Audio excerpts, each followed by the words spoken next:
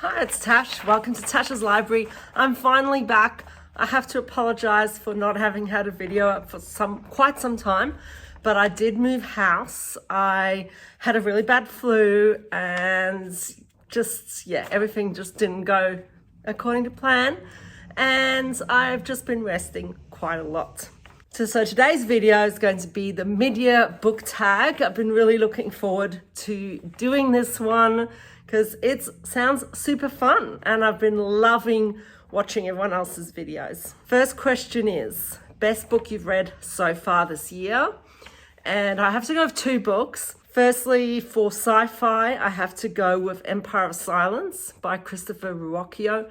This was just such an incredible read with such deep characterization, so unpredictable. Like I just had no idea what was going to be happening next. Just beautiful writing, so readable, and just loved every second I spent in this book. The other sci-fi book I have is The Three-Body Problem by Cixin Liu, and this just blew my mind. So this is a translated book from Chinese, and it looks at this secretive government body that is exploring the stars and science, etc. And I'm not even going to tell you anything else except that it initially starts at the time of the Cultural Revolution in China and then moves on from there. And it blows your mind. I just could not put this book down. It was incredible. The science is very deep and quite complex, but I loved that, and it just had such incredible ideas and just such a wonderful perspective on humanity, and I immediately flew into the sequel of this book. Best sequel you've read so far?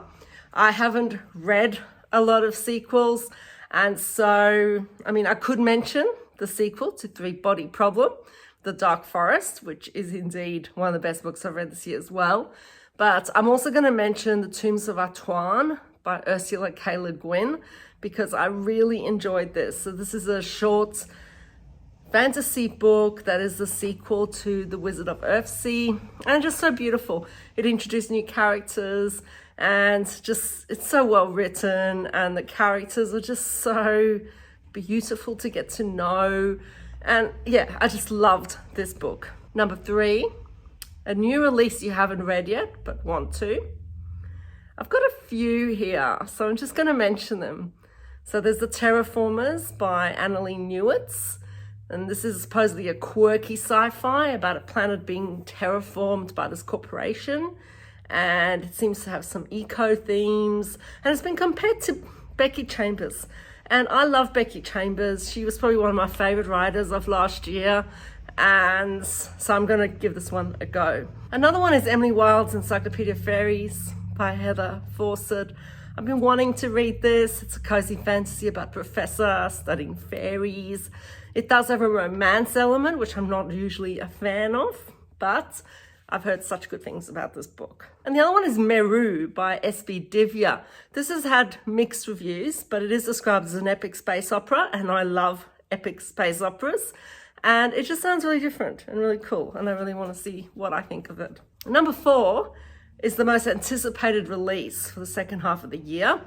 And for me, this has to be The Sun and the Void by Gabriel Romero La Cruz. And this is supposedly inspired by the history and folklore of South America. It's sort of this epic fantasy about colonialism and ancient magic and quest for belonging. And this sounds awesome. The cover is gorgeous, and I cannot wait to read this book. Number 5, biggest disappointment. Well, I have to mention 2 here. The first one was Daughter of the Moon Goddess by Su Lin Tan. Now, when I say disappointment, it doesn't mean I hated this book. I gave it a 3 out of 5. It was okay. It was enjoyable to read. But the plot lines were so fractured and they didn't really seem to tie in correctly. I hated the love triangle, absolutely hated it. But I still love the setting. I love the references to Chinese mythology, and I really enjoy the book, and I will read the sequel. It's just that I was expecting something so much better, or at least different from what I got. And so for me, it was a little bit of a disappointment that I really didn't enjoy it this as much as I expected to. The second one I also expected to really enjoy, and it was super mediocre for me. I gave it a 2-star, and this was The Maid. This is a mystery novel, sort of quirky, cozy, and it depicts a neurodiverse maid who finds herself enmeshed in a murder mystery. But you know what? I just hated it. I really hated it. Some of the supporting characters were wonderful and I really enjoyed reading them, but I absolutely hated the main character, and her character was so inconsistent. So even though sometimes she would act very neurodiverse and then other times she just wouldn't, and it made no sense. And I didn't feel that her character was real.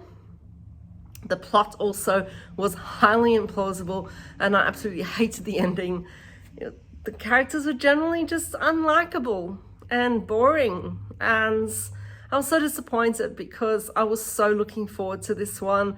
It was a Goodreads winner, and I'm like, oh, I'm gonna love this, and no, I didn't. Moving on to something more positive, this was Biggest Surprise, and for me it was Lessons in Chemistry by Bonnie Garmus. I read this for a book club. I don't like contemporary fiction, literary fiction. It's not a genre I read. I really don't enjoy it. And so I read it and I adored this book. I gave it 5 out of 5. It's just such a beautiful story about feminism and science, and just portrayed such a wide array of experiences, and it's triggered so many emotions for me, and was such an unconventional story. And yes, there were inconsistencies with her character, and it was probably a little bit implausible about how some of the characters were behaving for the times. But you know what? This book was a joy to read. It was a thing of beauty. I loved it, and it was such a surprise. Number 7, favorite new author. Now, this is a tricky one because I can't say it's a favorite author if I've only read 1 or 2 books, say. And so, but I'm going to have to, because I'm pretty certain these are going to be favorite authors for me. And one of them is Christopher Ruocchio. Oh my gosh, Empire of Silence blew my mind, as I said. And he just writes so beautifully, and he just built such nuanced characters. His world building is incredible, and I'm so looking forward to reading the rest of his books. Another author that I'm pretty keen on at the moment is Blake Crouch. After having read Dark Matter, this was edge of your seat. It was just mind-boggling science, and I'm really looking forward to seeing what Blake Crouch has written as well. Number 8, newest fictional crush. I don't have fictional crushes, but if I was pressed to come up with one, I'd have to go with Detective Nick Anthony from the Finlay Donovan series. He's just a nice guy, and I like nice guys, and just, he's just got your back, and that's attractive to me. Number 9, newest favorite character. There haven't been any characters that have really jumped out to me in terms of main characters, but one character I really, really enjoyed was Sigrid in The City of Stairs by Robert Jackson Bennett. And he's just really cool. I really liked him. Number 10, a book that made you cry. Now, I don't cry in books. I will feel slightly sad, but I'm not a crier in general. But there were 2 books so far this year that did make me feel sad. And one was Lessons in Chemistry by Bonnie Garmus. There were times where really bad things happen. I won't tell you more. And also Matt Haig's The Humans. Now, I read this as supposedly a feel-good book, and nah, it wasn't.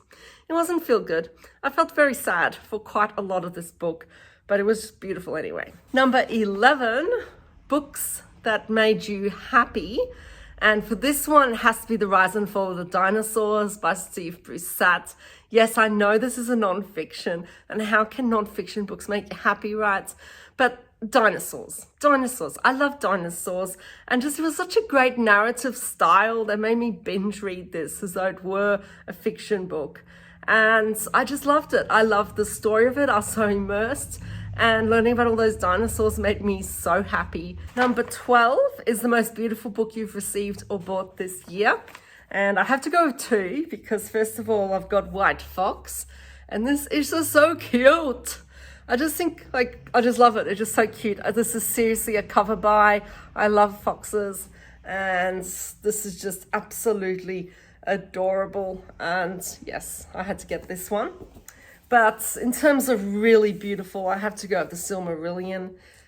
This is the hardback version with the sprayed edges. And it's a beautiful book with maps in it and illustrations, and yeah, I think this is absolutely gorgeous. And number 13 is what books do you need to read by the end of the year? And look, I could go on and on and on because I had a look at some of the checklists I had, because at the beginning of the year I made videos about which standalones and series I'd like to continue, and series I'd like to start, etc. And new releases I'd like to read, and I had a look at all of those, and you know what, I'm not doing that well. But if I had to prioritize, I would like to complete the Expanse series. I've only got 2 to go.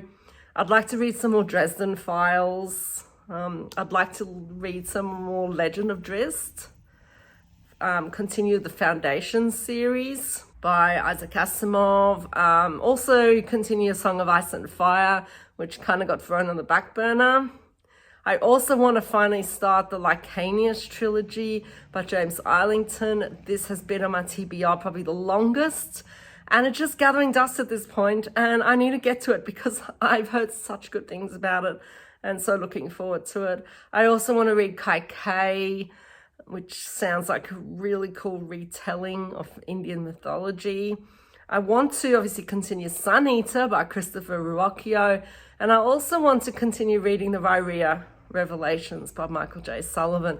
So those are some of my priorities in terms of continuations, etc., backlists. But obviously I want to read some of the 2023 new releases. I have fallen back down on that. I do want to read The Book That Wouldn't Burn by Mark Lawrence. I definitely want to read some of the ones I've mentioned before, in terms of The Sun and the Void and that are coming out.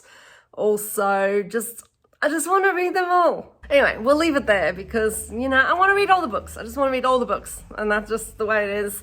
And how do you choose which ones you're going to read first? I don't know. That's why I have a TBR game. Anyway, that is it. I hope you've enjoyed my mid-year freakout tag, and I'm looking forward to watching yours. And if you like what you see, please subscribe, like, comments, and until I see you next time, take care.